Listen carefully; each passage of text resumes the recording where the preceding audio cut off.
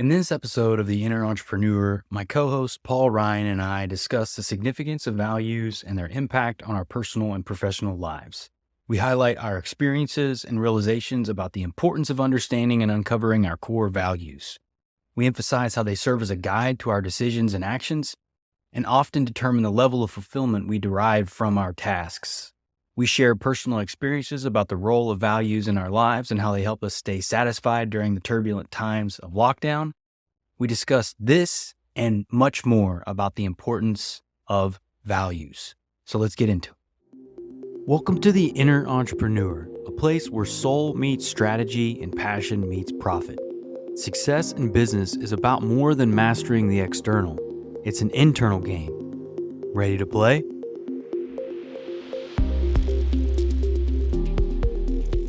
Hello and welcome back to The Inner Entrepreneur. I'm Brandon Ward with my co-host Paul Ryan. How you doing Good today, afternoon, everybody. Or good morning. I love that you say that. When I'm editing, I'm noticing your good morning, good afternoon, good evening, whatever it is. Who knows when you're listening? I don't know. Exactly. Could be any time of the day. That's the beauty of what we're doing. It is. Well, Paul, we've published now at this point, I think 10 episodes. We've recorded a couple episodes past. We've got some episodes that are coming out on culture, and we are now recording this elusive values episode that we've been talking about. I feel like over endlessly. multiple episodes. Every episode we mention it, and every episode you go, we got to do it. Yeah, we got to do an episode on values, but we do. It's so important. It's just so important. Well, I don't know why I don't know why it's taken us this long. Well, because it's the foundation, as we were talking about this earlier. It's really without your values, everything that you're doing could be moot in a lot of ways. It's so important to align values to your actions, your goals, your business, and which is why I'm excited to talk about it. And you put together a solid outline for us today. You got some good stories in here that I'm excited to hear. The fun thing for me about doing this with you is, I get to learn, I get to provide some input too on my journey, but I'm hearing a lot of these stories for the first time too. So it's fun, I get to see a little teaser about them, but I love your stories. It's been a lot of fun for me. Hopefully the audience is feeling the same. It's of course you never know when people are listening to this, but we're approaching the end of the year, and it's interesting to me. So many people are talking about goals for next year, etc. And I always think, maybe it's stuck in my mind because I read a tweet this morning from someone, and I just didn't bother responding to it, but it was something, being aligned with your goals, etc. And I just thought to myself, goals are great. I have goals, but the foundation is values. And if you move to goals without understanding your values, I think your goals are probably a waste of time. You'll wonder why you're not achieving them. And when you understand your values, now you have the foundation point. And when you build your goals on top of your values, now you're in a different league of living the life you want to live. Well, Paul, I actually did a lot of that early in my life. I set goals that were not connected to values. They were often purely financial goals or material-based goals. And a lot of times I wouldn't achieve them because there was no connection to my heart and my vision for my life. So your point is very valid. It's easy to get caught up in setting goals, but if they're not anchored in what's important to us, it's really difficult to achieve them, because if you're doing big things or trying to do big things, you got to be really motivated and committed to making it happen. And it's got to come from within, which is why we're doing this episode. And if you listen to all on goal setting and achievement, so few of it mentions values, and so few of it mentions, are you pursuing something that's really important to you? Because it's like they're talking about the road and how fast your car goes, and not talking about the destination you want to get to. I'm flying to London tomorrow, and the next day. But what's interesting, when I was checking just where the hotel was, how far it was from the tube station. But of course, when I go into maps or whatever it was, it immediately tells me how long it's me to get to go, and it'll give options to walk, go. But the smartest way for me to get to London is to fly, So So, but if you're already on the road, you're already on the road, you're going, how fast can I drive? It would be better to fly. There are different ways to get there if you know you want to get. But the fundamental thing for values for me is this idea that the difference between those living great lives and those living mediocre or miserable lives is how congruent their lives are with their Hmm. values. I love And that. I think that is just the basis of it. If your life is congruent with your values, you're living a great life. If your life is incongruent with your values, you're not living a great life. And the big problem is most people don't have clarity on their values. And if you don't have clarity on your values, then you don't know where you're going. Because that's, to me, that's the point of living, is you want to, you're living as close as you can to your values. And if you live close to your values, aligned to your values, then you're living a life of your own making.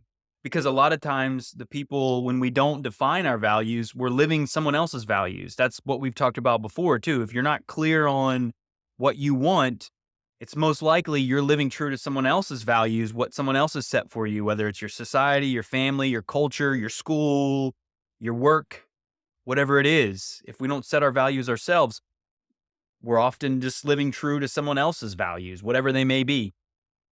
We could debate something you said there. You said define and set your values, and the debate would be: do you define your values? Do you set your values, or do you reveal and discover your values? Ooh. I And I'd actually, I would debate myself and say that I agree with the fact that it's a discovery and not yeah, a decision. Yep. Because, but yes, that's the hard part, isn't the work is actually uncovering what your values are. I think, and the mistake that I made when I was younger, still young, but I was trying to define my values based on what my culture and what I yeah, had learned around the way I grew up, not realizing that those actually weren't the values inherent in me. So I think that's a and great that's it. debating point. And that's it. When we talk about values, we're talking something inherent in you. I know values is something I've been passionate about for a long time, and I know when I speak to people about it, almost nobody knows what I'm talking about. Almost nobody really grasps what I'm talking about, grasps why they're so important. And the analogy I sometimes use this is you and I go to the local fire range, rifle range or whatever, and there's $1 million prize for whoever, gets the highest score. You're handed an old rifle and you're told, Brandon, shoot somewhere over there shoot somewhere over there and we'll score you. But look, you just shoot somewhere over there, see how you get on, we'll score you. Great. And then they hand me a sniper rifle with a beautiful, what do you call the little eyepiece on it? Scope. And scope, beautiful, amazing scope on it. And clearly there's 3 targets sitting ahead with a big bullseye marked on them.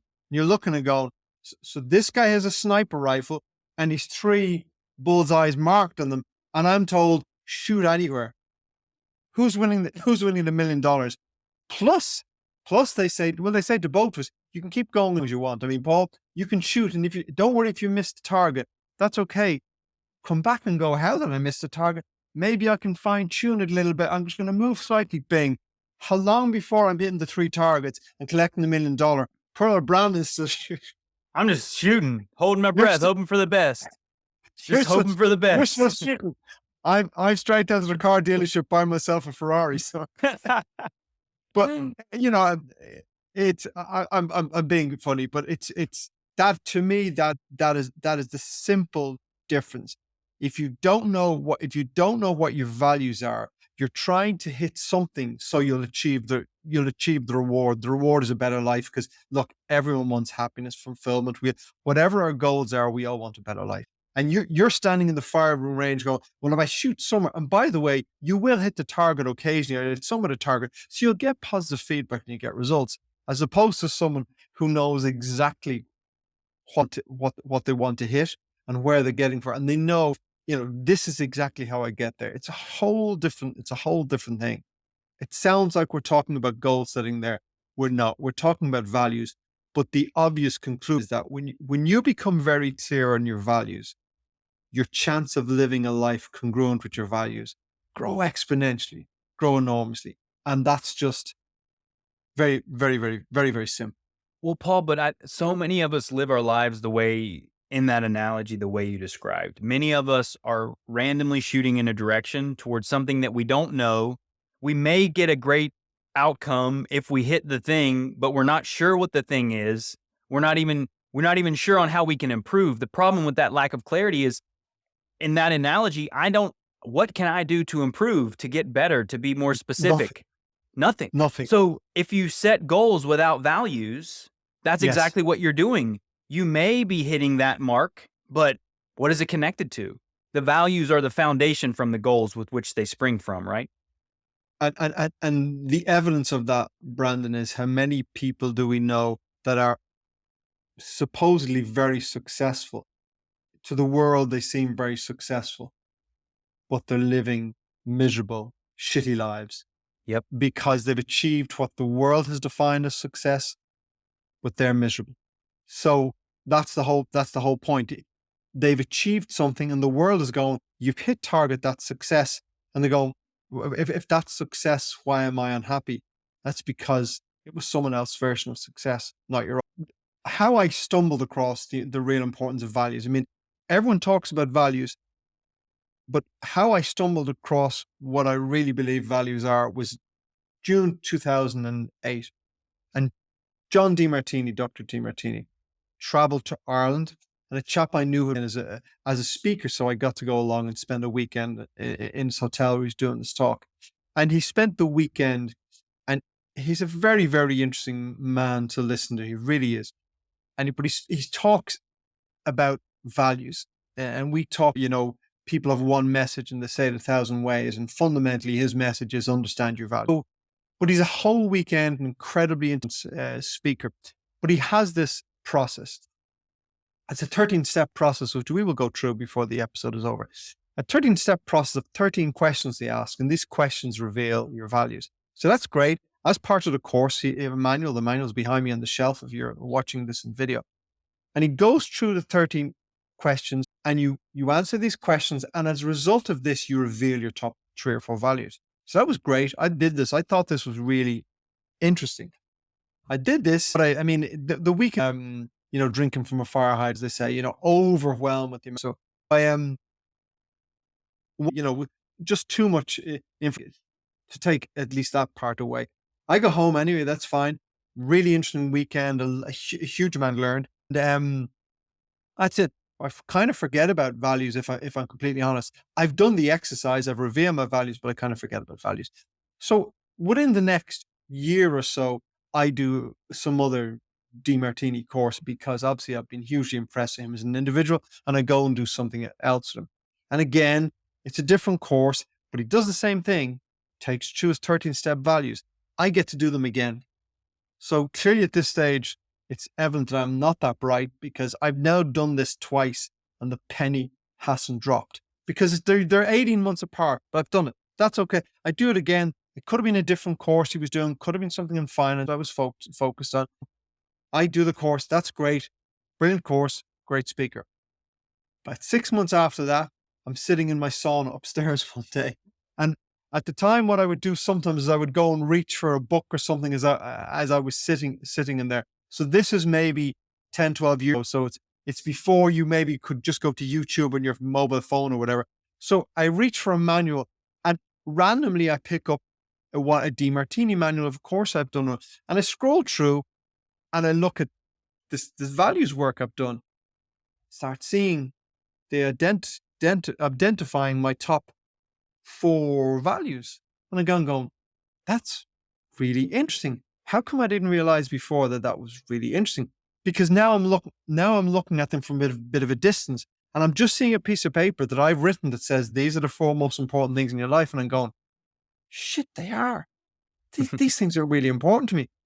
I'm kind of going, I wonder when I did this questionnaire 2 years ago, I wonder what answers I got then. So I step out of the sauna, go on the bookshelf, see the other book, pull it down, open it up, and I find the page 2 years apart. No memory of doing one when I'm doing the other. And I see, yeah, same 4 questions or same 4 answers have come up. And I go, okay, there's something in this. every time I do an exercise, these things come out as being really, really important to me. So the penny finally drops, and I ask them, and I look at them and I go, oh my God, this is what my life is about. My entire life is about these four things. That's what my life is about. I'm whatever age I was, my 40s or whatever, I'm going, my God, my entire life has been about these four things. But I wasn't aware my entire life is about four Mm. things. So it was a massive aha moment, a massive aha moment. I said to you before we started this episode, I think we'll have to come back to values again.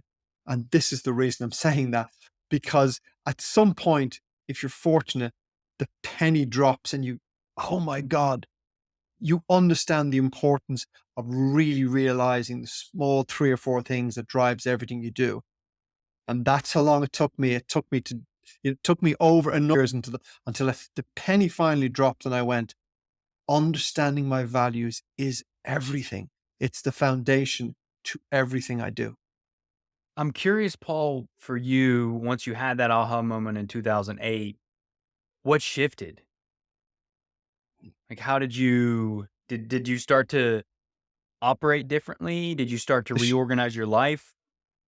the shift was this. Well, this sometimes you have, and sometimes a moment of realization can change everything. We've talked about this in the redirect. Mhm. It's funny how the same principles apply. That was a moment of awareness for me, a moment of awareness that fundamentally, um, sometimes I use the term value mapping, because to me, when you understand your values, you have the map to your life. And I suddenly had the map to my life. These were this was both my journey and my destination. We've spoken before about this phrase that says, "Where focus goes, energy flows," Mm. which I believe was said by a man called Dandapani.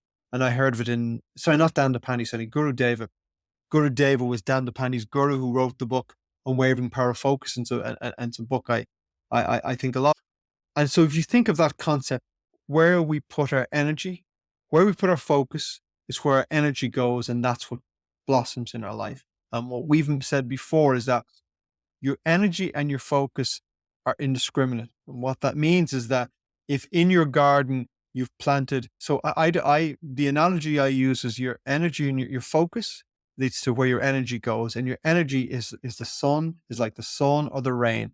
If you've planted, if you've planted weeds in your garden, sunshine comes and the rain comes, and the weeds will grow. They're indiscriminate. And if you plant roses in your garden, beautiful flower garden, when the rain comes and the sunshine comes, that's what grows in your garden. The energy is indiscriminate. And that's what I have found to be true. Whatever you're focusing on in your life grows. I'm not talking woo woo magic here. I'm saying simply whatever you're continually thinking about, talking about, acting on, making part of your every day. That's what grows and expands in your life. And if you're focusing on stuff that's not, if you're focusing on the wrong stuff, then that's what's blossoming in your life. So to answer your question, I now knew the four things in my life that I needed to focus on to be fulfilled. And once I knew those Mm. four things, it was like laser focused. I literally zoned in and go, this is the map. This is the Paul formula. It's not the formula for everybody. It's the unique fingerprint formula for Paul's fulfillment and happiness. This is now where I put all my energy. And that's how I live my life. Paul, and I love the garden analogy because our life is like a garden, and how with the energy being the water and the sun, because that's our actions, the things we think about, that could be the equivalent of the sun and the rain, the soil, but the seeds are our values. And if you are taking the seeds of culture, taking the seeds of your family, not discovering your own Yes. values, then you're going to have a garden full of roses or corn or daisies or whatever it may be. Yes. And what if you want avocados and Honeycrisp apples and cucumbers? Like, I know this is silly, but concept of the values and the seed representing what grows in our garden is so powerful, because so many of us are not deciding on the seeds, what we're putting in our garden, what we're going to nurture. Because to your point, we're giving it sun and water no matter what. No matter what, that's us living, and it's our thoughts, our actions. We're always doing that. So This is it. determining what the seeds are so crucial, and that to me is the values. That's why this is so important, isn't it? Yeah, and to me, you said about planting the seeds you want, and for me, in that realization, it wasn't for me about planting the seeds I wanted. It was about planting the seeds I needed. Which, Mhm. in other words, the realization was for me: forget the things I want in life. This is the basis of my formula for happiness and fulfillment and success. This is what I need. I've lots of things I want, but these are the things I need in my life. Mm. If my outcome is to live a happy, fulfilled life, I need these things in my life. They will be different. They will be different for you. They will be different for every human being. Until you figure out what that is you need, what your formula is, what your values are, then you're pursuing lots of different things, and you're putting your energy and your focus on lots of different things, and your energy is scattered everywhere. And when you narrow that in, the world is packed with information. When you narrow that into going, actually, there's four things important in my life, and just think the simplicity and clarity that comes from going, the world is full of information. So I powerful. only care about four things. That's what I'm working on. Well, and what we said earlier too, Paul, the distinction between deciding versus discovering, and that I think is the Yes. difference again between wants I think and that's huge, needs. by the way. It's I a think that's a huge huge distinction. distinction. Yep, yep. And you've caught me a couple times already early in this conversation saying it Mm, around deciding, or which isn't what it is. And I know with my own process of discovering my values, mm. it wasn't something that I decided, it's something that I've realized, and I've worked to align my life around those values as well. So Yeah. that's it is a very key important point, and I'm glad you bring it. We've brought it up twice now because really is about discovering and understanding what we need from within, because Yeah, it is. And I'll keep I bringing it believe up we come until you into the get it, world like Brandon. this. What'd you say? I'll keep bringing it up until you get it. I know. I But, love it. I love but it. it is really important because the dissatisfaction and misery in the world often comes from people thinking, I want this. People thinking, I need this. And That's then what it was going, for me. hey, That's that's what it what it was was for for me. me as well. Yeah. That's what Yep. it, that's how you get it. And then I remember sitting in the sauna that day and looking at some of the things I had done and achieved and not achieved in my life and going, I was always just chasing this. Now that I know I was chasing that, I should have known that wouldn't work. But I didn't Mm. because I didn't know what I was chasing. Yeah, sometimes I sometimes is taking my kids to Disneyland. Now we have a Mm. Disneyland in Paris, which is I don't, is Disneyland Florida nearest to you, or where would be the nearest Yeah, place you would Florida's the go? closest one, but it's Disney World. There's a Disneyland in Disney. California, but that's the two Okay, in the States. But yeah, so I've been to Disney World in Florida a couple of times, but huge. massive. So Disneyland in Paris is smaller. I'm going to say I prefer it, and I prefer it maybe because it is more compact. It's still a super place. It's great Mm. fun. I haven't been there in a number of years, but if you think between, I'm going to say whatever age, we went there about 10 times with our kids. So three boys. So if you think between the ages of old enough to walk and run around and enjoy Disneyland to old enough to go, I'm not going on holidays to Disneyland with my parents anymore. So, so that window of time, in that window of time, you're just entering that phase of life. But Yeah. during that window of time, we went about 10 times to Disneyland Paris. It was our spring break after Christmas. It would always be part of their Christmas festival. We're going to Disney. Just love it. So we would go over to Disneyland. We did this 10 times. We'd stay in the Disneyland hotel and we knew exactly what to do. So as you can imagine, as the years went on, my kids became Disneyland Paris experts. Okay. I mean, Mm. they they could write a book in this, they could become tour guides. So if you can picture, same routine. Same routine. We would go for 3 nights. Um, on the last night, so we there, so 3 days in Disney, and on the third day we would head into They also like to visit the Louvre, the Eiffel Tower in the center of Paris. There's only about an hour ride in or less on the train. So we would go, on the last night, we would have just a morning left in Disneyland. I think I've used this analogy of Disneyland before. We would get up, we would know the next morning, we would get up and we would be in the park till about lunchtime, at which stage we'd check out the hotel and we would head into Paris. So our trips to Disney kind of went like this. We'd arrive on the first day, and it's a magical place. It's a beautiful place. And we would turn over, and the first day, even after going there for many years, you would just kind of ramble around and go, "Hey, we're back here. It's brilliant. It's just, you Taking would it all just, in. you would just take it all in. You go here into the stores, down little alleyways. You just enjoy the whole thing. You would take it all in, and then as that day, and then you'd go on a few rides.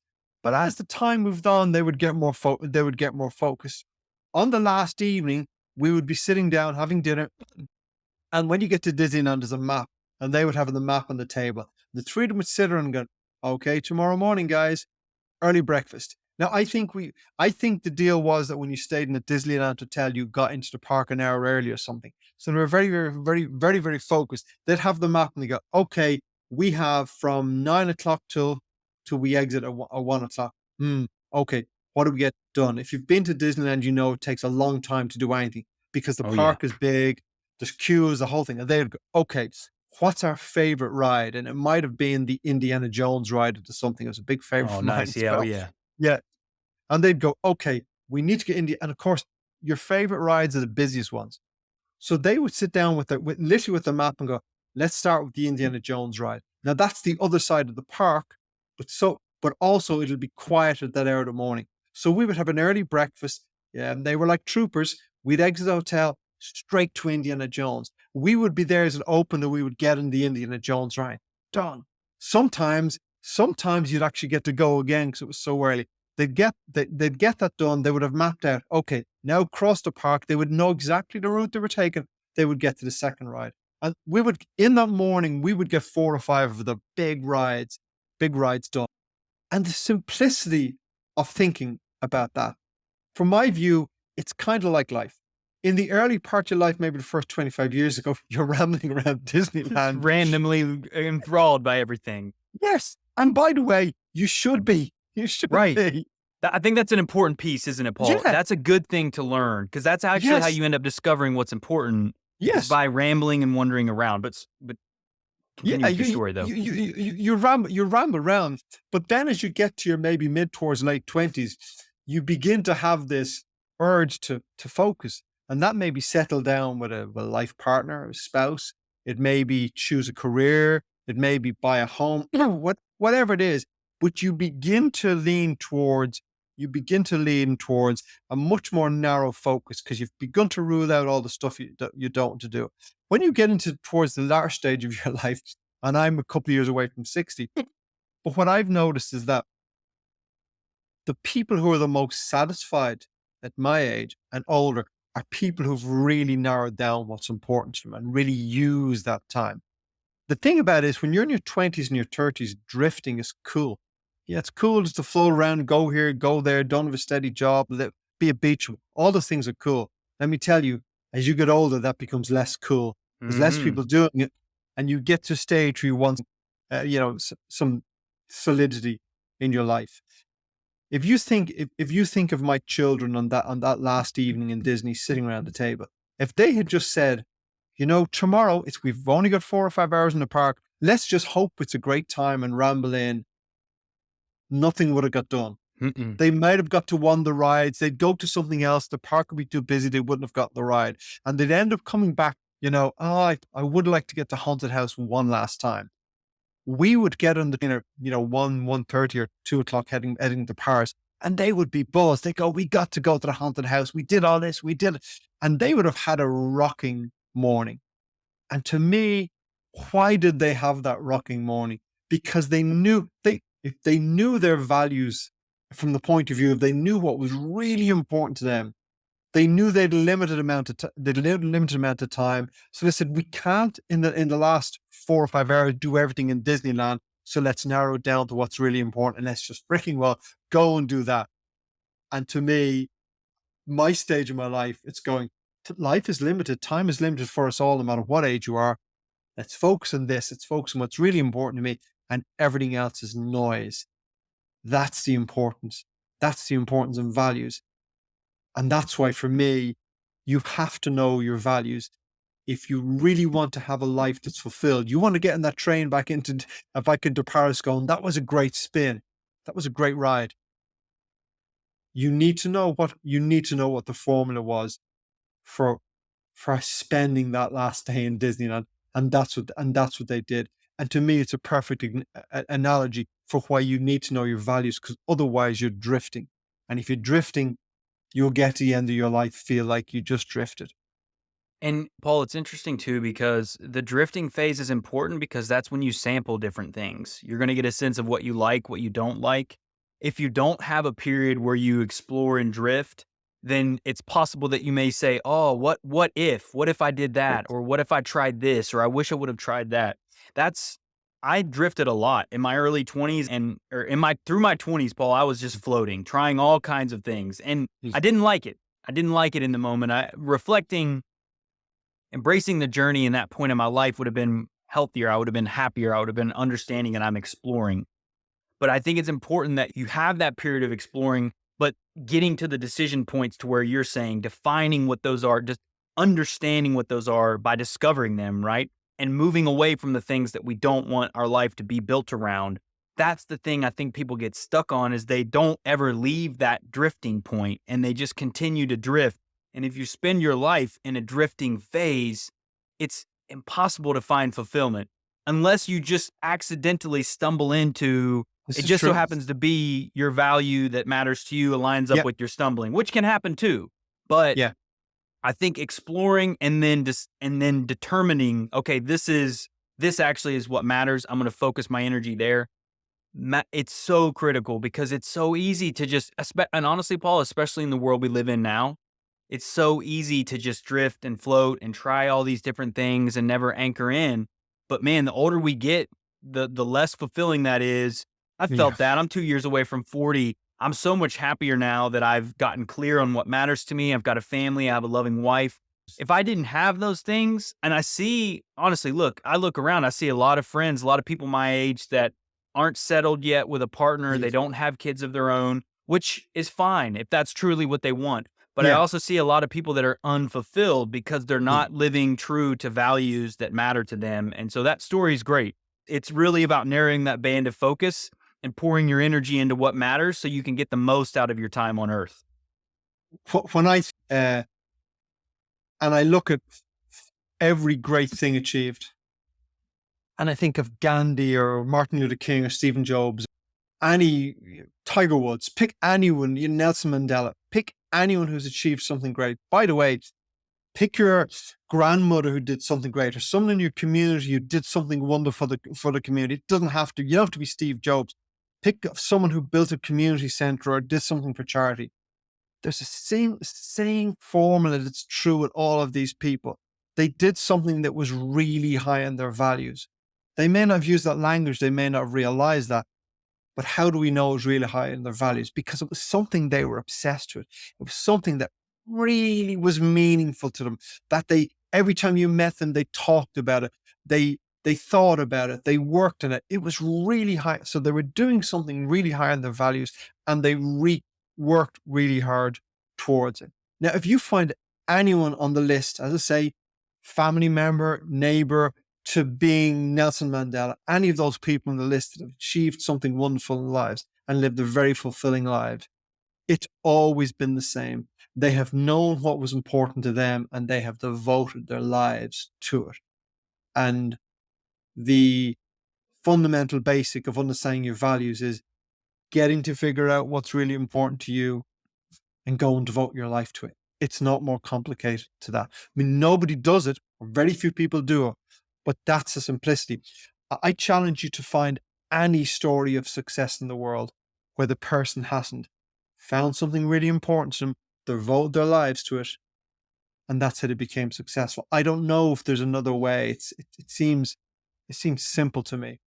Not It's the easy, but it formula, I seems think, for achieving things that you want to truly do impactful, meaningful things in the world, it's driven by those values, Paul. There's no way around it. What to your point though, the people doing it they may not have been as conscious as to Yes, these are my values and I'm living true to of it, course. but it was their obsession and they spent their life revolving And, around and, it. and it doesn't, just because they're not aware of it doesn't stop them from being hugely impactful. But for us mere mortals, don't you think it's going to be much more powerful and impactful when we know exactly what we want? And before this episode is over, we'll have taken people through a process to figure that out. The aim is by the end of the episode, people will have gotten to that point. They'll have a starting point of understanding what my core values are, and then they'll have the two ingredients. I understand what my core values are. I understand the map to my fulfillment and happiness. Now I just got to go and do something with it. Interesting thing I found is that most people you talk to about values really have no idea what you're talking about. That's 99% of the conversations I have. People really don't know what you're talking about. That's the first thing. Second thing is when you talk to some people about values who do know what you're talking about, what they mean is something, when you dig into it, what they mean by values is something very different to what I mean by values when I Mm. talk about it and what I learned from John DeMartini. And so I went onto YouTube over the week and I just Googled how to identify your core values and to living by all these sort of things. Watched a few different things to see what people are talking about. And I'm not now saying my way, our way is right and that way is wrong. I'm just saying this is what I've found to be the effective way to use values. I don't know if the other way is effective. Maybe it depends what your outcome is. So just to narrow down to two of the things I saw. One was a chap talking about core values and identifying the core values, and how he did it was by listing up his core values and talking about it. Very interesting. Except this thing. Except he had 15 core values. Jeez. Yeah, It's a 15. lot. You know, turn the whiteboard around and recite those 15 values to me. You can't, No. you can't, you can't get beyond three. You can't get beyond three or four. So if you can't get beyond three or four, then don't call them values because they're not valuable to you. If you say something is valuable to you, you need to be able to tell me what it is. If you think something is valuable to you, but I'm not sure what it is, it's not valuable to you. I don't believe anyone has 15 core values. I think at that stage, they're confused. And think of it this way, my Disneyland analogy. If that morning my kids are sat at the breakfast table and said, there's 15 things we want to do this morning, Dad, I would have said, well, you're getting nothing done because you have 4 or 5 hours in Disney. You're in, narrow it down, pick 3 or 4 things you might get them done. It's the exact same. So that's the first thing. If you've a list of 15 values, go through the process, you'll end up with maybe 4 values, 3 or 4 values. You won't end up with 15 because if you're 15, they're not values. That'd be my view. Second thing I discovered in looking through it, and this I find commonplace when people talk about values. They talk about what we would call global values or general values. And global values are honesty, integrity, kindness, compassion, love, all these sort of things. And 99% of the people I hear talking about values, that's what they talk about. Mm. And to me, that's not helpful because we've often spoken about my values. And when I tell you my specific values, Brandon, you know a lot about me. So if you had taken those things, if you had written down, or here's Paul's 4 top values, once I tell you those 4 things, you know a lot about me. You know a lot about my life. You know a lot about the decisions I can make. In fact, I could go back to you and go, Brandon, I'm going through this. And if you had my 4 values, you'd go, yeah, that makes sense, Paul. But I could tell you something and you'd go, I don't, why that doesn't seem like it's you. So there's a roadmap there. If the roadmap is love, peace, compassion, integrity, that's too long. That tells me nothing. Again, I'm going Mm. to take it back to my Disneyland example. Sitting with my kids, and I'm trying to talk values in relation to how they feel their last morning in Disney, and I go, big picture, guys. Why are you here? Let's talk a value-based conversation about why are you in Disneyland. And if they use generic terms, the generic terms might be, well, Dad, we're here for adventure, and we're here for fun, and we're here for thrills, and we're here to be with the family. by the way, all lovely things, brilliant, but doesn't freaking help you that morning. Mm, It's of no use to you in getting around that morning. So I'm not saying that integrity, compassion, love, peace aren't wonderful values. I'm saying they're not helpful for you. mm, It doesn't teach you anything. Whereas if you go, well, my values are specifically this. Values to me should be as unique as your fingerprint. I have no doubt you and I share some common value, because that's how we connect. But guaranteed, your values are unique to you, and my values are unique to me. And that's why one is putting out values. I want a set of values that are specific as my children going to say, I want to visit the haunted house. I want to do the Indiana Jones ride. I- That's specific. By the way, when you do both of those rides, you will experience adventure. You'll experience fun. You will get a thrill. But one set of language is a roadmap to where you want to go, and the other tells you nothing. mm. I love that, Paul, because a lot of what you're describing too, even some of the things that you were saying earlier, they're more, some of those things are character traits we may aspire to. I Yes. would consider them virtues in a lot of Yes. ways. Like they're components of your character or the way you Yeah. want to live your life in the everyday things. But that's an important distinction between values and character traits or virtues. They're not the same. And I love the Disneyland example because there's a lot of ways if it's fun, adventure, thrills, you're at Disneyland, you could spend the whole day playing games at Yes. the if you want to get the thrills, the Yeah. adventure. To your Yeah. point, it's very broad. It doesn't allow you to focus your energy into something because at Disneyland, there's an infinite ways you can experience fun and adventure and thrill, Yeah. right? Yeah. So that's And why the by the way, importance in, of in deciding. life, if you want success, fulfillment, and happiness, there are infinite ways in which those things can be Mm, experienced because they're internal experiences, infinite ways. But your route to success, fulfillment, and happiness is different to mine. So we want to talk about the specifics because then you get specific. This is my formula. When I became again, I'm not expecting the penny to drop with people. I'm hoping we're explaining and this conversation is clear to people and there's something getting through to a listener. But I'm not thinking it's a process of, well, for me, it has been a process of learning, growing, and deeper. As I continually learn and grow over the past decade in this top, my conviction that it's fundamental to my life grows, but my learning deepens. And if you go back about when was COVID lockdown, maybe 4 years ago or something. yeah, So 2020, a couple years yeah, ago. 3 years ago. So it seems a long time ago now, but another penny dropped at me during lockdown. So lockdown, beginning part of it was obviously scary for everyone, scary from a health point of view, all sort of things. But as lockdown went on, and we had serious lockdowns, by the way, in this country. The first lockdown was you couldn't travel 2 kilometers from your home.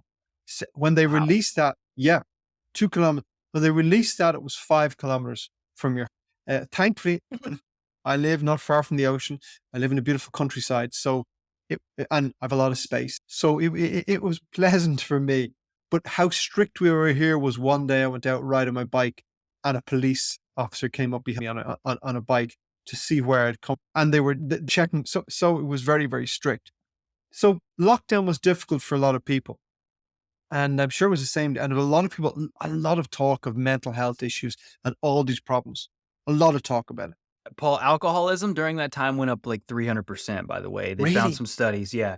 The Wow. suicide rates, the mental health, anxiety, depression, all that stuff skyrocketed. But just to your point, like, and they've got data out on that now. So it's been and has still continues to be a tough time for like as I, for a lot of people. But I don't doubt it. I don't doubt that at all. I don't dismiss that at all. But as I was listening to this from friends and on TV, inside I'm going, but I kind of enjoyed lockdown. And inside I'm thinking, I, I really enjoyed the whole time. I'm careful not to say it because I don't. If it was extremely difficult for people, I don't want to go, hey, it was no problem for me. But honestly, if I'm telling the truth, I enjoyed most of the lockdown. There were a couple of things I couldn't get to do. We couldn't go to our home in Spain. We couldn't travel. So a couple of things. But mostly I was listening to this and I was observing, Paul, your mental state is like as good as it has ever been. How is that when everyone else is struggling? So I tried to figure this out. And I sat down one day, and to me, I understand everything via my values. At least I should be able to understand everything via my values.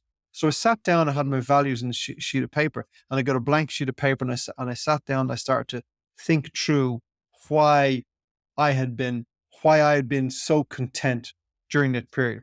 I look in the sheet of paper, my top value was family, and I go, well, family worked well for me during lockdown. My two of my sons moved home to live here. They should have been in college, but they moved home to live here. One of them saying, "You're getting an extension of time with your kids when we should be gone." So two of my adult sons were living here, which was great. It was a summertime. We were barbecuing outside. We had great time with them. My eldest son, who'd lived in Vancouver, had just returned home. He wasn't living with us, but he came home every weekend because we had lots of space here, and because there was nowhere else he could go because everything was locked down. So I had my family around me all the time. So my family box was getting a 10 out of 10. And then another very high value I have is personal growth and learning and development. But sure, I had all this time, and you can do YouTube training, attend courses. So I was ticking that box hugely.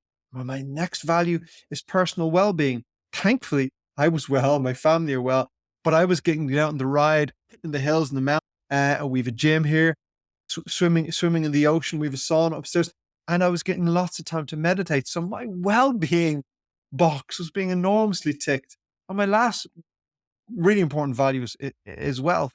And thankfully, as lockdown went on, it turned out it was good for business. And my business was very strong during lockdown. So I looked down and I realized it's simple maths. If I look at all my values and look at filling all those boxes during lockdown, all those boxes were filled. Now, there were some things I missed. I would have loved some more social gatherings. I would have loved to travel. I did miss those things, and I'm glad they're back. But the bottom line is, if you look, why was I happy and fulfilled during lockdown? Because those values were being ticked. Now, the other side, I'm not putting myself forward as some super person for ticking all those boxes. The other realization was, but you could have disrupted my happiness and fulfillment very easily. How would you have done that? Mess with those 4 boxes. Any of those, you mess with any of those 4 boxes, if I had a member of my family got sick, I have a son now living in London. We go to see him all the time. He comes home. Had I been for 2 years not be able to travel or go to my son, how would that have been? My son was home from Vancouver. Had he been locked in Vancouver, how hard would that have been? So you could have messed up very easily. Had my health been, or a member of my family's health been damaged, that box being unfulfilled, or had my business been seriously damaged or destroyed, as some people's were, then so you can see there's just a little formula there. And when I get that formula right, I'm really fulfilled. But when I don't get that formula right, I'm in trouble. And again, it was another aha moment for me. And the lesson reinforced to me was, well, Paul, if these 4 values are your secret to happiness, then don't you need to put all of your time and focus into making sure these buckets are full? Because if they're full, guess what? Life is good. Paul, I love that the way you frame that around how it was and how it could have been and how the scenarios could have played out differently, because it exemplifies why, one, it's how important it is to understand what your values are and how they Yeah. matter, and how actions or circumstances around our values can either help or hinder the Yeah. fulfillment that we have in life. And you just so happen to be that you were clear on your values, you knew Yeah. what they were, and the circumstances of the lockdowns contributed more That's right. positively to your values. But Yes. you gave specific examples how they could have went counter to that, Yeah. and you would have lacked the fulfillment and meaning that you had during that time Of period. course. Yeah. I mean, some of that was in my control, and a lot of that wasn't in my control. But when I understood, it still was my happiness formula. It was still how I found contentment and fulfillment. And I think that was really important for me, because it just reinforced this whole thing of, oh, if I get these things right. So I can't control all of those 4 things, but I can have a massive influence So now my version of life is, this is what's really important to me. When I tick these 4 boxes, life is really good for me. Oh, so do the Guru David thing where focus goes, energy flows. Water my garden. Make sure that all my effort, which if you followed me around, you would find that's what I'm doing. All my effort is filling these 4 buckets. And when I do that, by the way, I feel like I have a life of purpose. I feel pretty good most of the time, and I will live a very, very good life. And if you're dissatisfied with your life and unhappy with your life, one of those buckets has not been fulfilled. Now, the reason to understand those things, even if you're unfulfilled, is because then you can go, so I have 4 values. This is the area I need to work on, and you can double down on an area you need to work on. And Start to make changes if you need to. you can start to make changes. But now you have a map, you have it written out, and you go, I understand exactly, which is separate to goals. Your goals are then, so my goals are how I begin to fulfill my values. My goals are the actions I take to fulfill my values. They're separate from my values. But my values is the base, People is the have base. that backward. They do.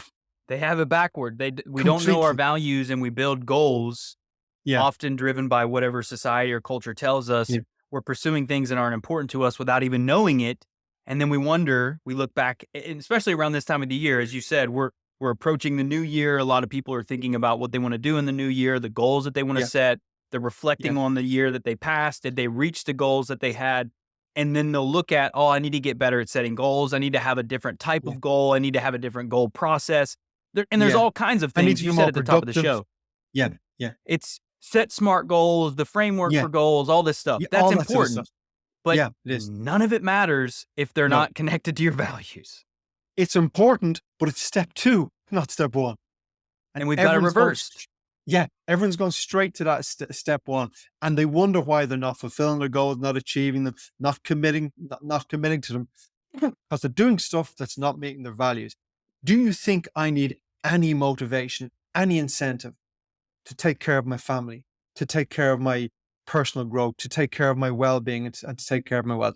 Zero incentive. You didn't have to motivate me. You didn't have to ring them and say, Paul, how are you doing that? Because I'm internally driven and pulled to that. And once you get that component right, you really have switched on. The analogy I use is this: why is it so confusing to people? You're standing, picture a big football stadium. Our biggest here, I think, is the Aviva, and it holds 80,000 people. I know, I'm sure you've got something a whole lot bigger than that. Kind of picture yourself standing in the of the football stadium in your local city, and you're standing in the center of that stadium, and it's full of 80,000 voices. We've all been in these stadiums. We know what it's like with eight. And those 80,000 voices are shouting, you're going, Brandon, this is what you should think. This is what you should believe. This is what is important. This is the life you should live. And those 80,000 voices, they are your parents, your peers, your family, I'm rubbing all the points here. Your, your society, your religion, your culture, they are all those voices. There's 100,000 voices shouting at you all day long. And you're standing in the middle of that listening, and you're wondering why 99% of people don't know what their values are and are living incongruent with their values. And the answer simply is because they're listening to the 80,000 voices. What I'm trying to do here is shut those off for 5 minutes so you can understand what the inner voice is saying. And the inner voice will very simply tell you what the values are. The 80 voices will continue to roar. You will spend the rest of your life standing in that stadium, because that's life, with 80,000 voices. But the clearer you get in your values, the more you can stand in that stadium, centered, undistracted. All these years later, I still get distracted. I was sitting in my office the other day when a guy who's worked for a very long time came in, told me a little story about someone we both know that was doing something, expanding their business. And for a moment, I was pulled out. I was pulled into envy. For a moment. The wonderful thing now is, in the moment of being pulled out, there's another part of me looking at it going, is that what you want? Is that the life you want? Or are you? So the voices will always call, but I'm so centered on what's important to me now that now a smile comes to my face and goes, and I'm amused going, that's tempting, isn't it? That shiny object syndrome, but it's not really what you want. Paul, and that's how these are skills. That's a skill to understand your values. That's why we're talking about this episode, and we're going to break this into two parts now. I already know we are Okay, because we're going to do this is the what and why of values, what values are and why they're so important. And then in the okay, next episode, we're going to cover the 13 questions of cool. Let's do that. uncovering your Yeah, values because we're already almost at an hour here, and I want to get yeah, into the depth of that because it's important. yes, But but that's why this is so powerful. That's what helps with all this is yeah, if you all of us are in that stadium, all of us are having those voices at us, but we have the opportunity to get centered and to be a pro at what we're doing. And that's when you're performing at a high level, regardless of what the voices are doing, regardless of how loud they may get. We may have moments like you just described where you're in that moment, you're about to score a goal, whatever it may be, and you get lost in the crowd, but then you come back to your center and mm, you say, you know what? The crowd's irrelevant. My goal is this, my focus is this. I'm trying to score this goal. Everything else is irrelevant.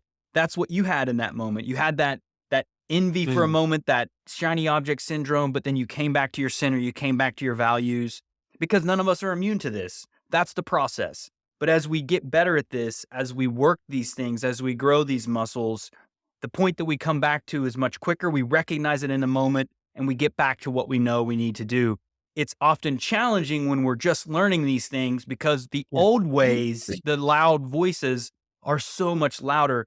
But that's why this is an inner game. As we nurture and support that inner component, which is what we're talking about in this episode, the values piece, those get stronger. And over time, they become far more stronger than the voices that we're hearing outside of us. And that's the dominant piece in our life. I've discovered that in myself. You've described that so much of how you're living. And what other individuals do when they find that alignment is they're living true to that internal piece. And that's where fulfillment comes from. but if you don't know what your values are, and you've spoken about that clearly, pulling yourself back, and we all do that.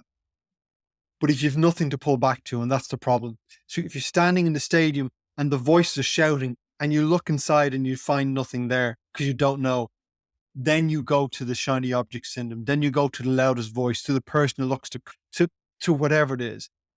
The and that's so.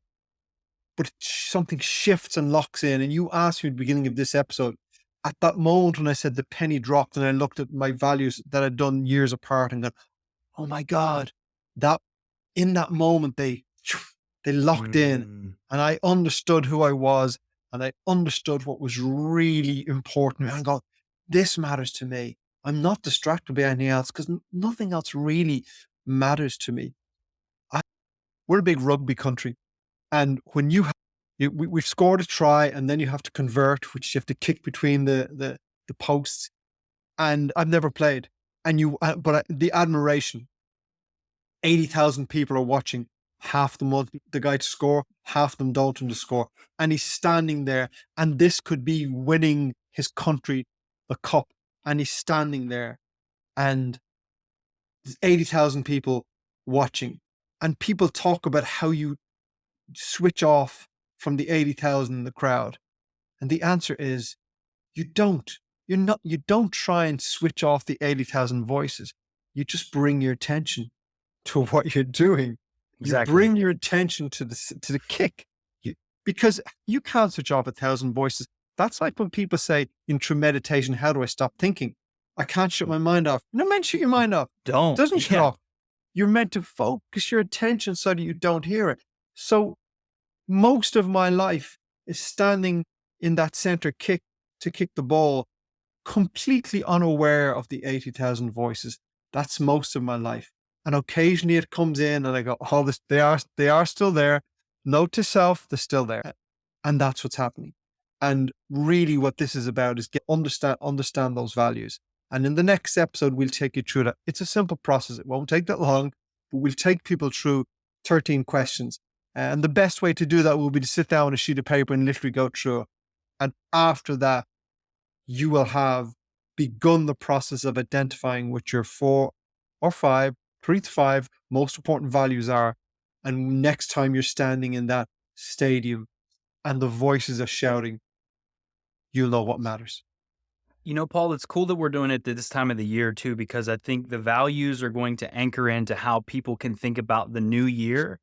And instead of simply setting goals without your anchor point, which is your Big time. values, we're going to offer the ability for people to anchor in themselves, to find their values, and then they can start to create goals and 2024 plans and the years beyond that, because this is relevant beyond just a single year. What you're describing is something that has been continuous through your whole life, and you continue to operate from that anchor point, which is your values. It's the same thing for me. I've gotten more clear about what that is for me in my life, and I just ensure it's your true north. That's the true Yeah. north. And you can feel it when you start falling outside of it. That's when your Big time. fulfillment starts to wane, your frustration starts to rise, you're angry, whatever, you're out of alignment. That's what's happening. You're starting to see that misalignment there with your values. So I'm really glad that we're doing this time of the year. So what we'll do is, this is the what and why of values, what they are and why they're so important, what Yes. they're not.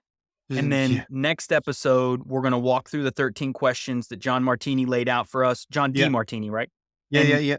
and we're going to go through to help uncover that in your life. And then We've talked. ideally, Go we're ahead. going to springboard into 2024 with some clarity around values. That would be great. Absolutely. Yeah. I think it's a great time to do it because setting goals without understanding your values is pointless. We said at the beginning of the episode, it's sitting in your Ferrari going full speed down the road and having no idea where you're going. And that's really that. And then you wonder why you never get there. So we want to take you back steps. I think it's a good time of year to do it. And the next episode, we will just go through those, and it'll be a great opportunity for someone to sit down and get a pen to paper and ideally allocate some time. In that episode, it will be more about the work they do than what we say. So to allocate the time to doing that, that's ideally how that will work. And I think it's a great time of the year to do it. Absolutely. Excellent. Well, Paul, great point to wrap the episode. This was a lot of fun, a lot of value in here. No pun intended. No. So we're going to carry on our values conversation in next week's episode. We got a couple other things planned too, that as we're talking, I'm going to shift around our schedule a little bit to align with how we finish out the year. So I think you as the audience are going to like that. We hope you're enjoying the content so far.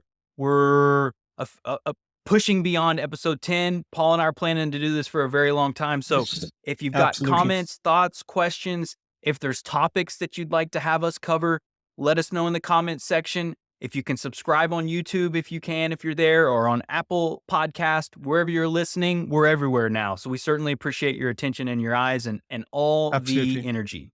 We thank you for your time. Excellent. So take care, y'all. Till next week. Thank you for listening to The Inner Entrepreneur. If you found value in our content, please consider liking, sharing, and subscribing. New episodes will be released every Thursday at 5 a.m. Eastern Standard Time. We appreciate your attention and take care.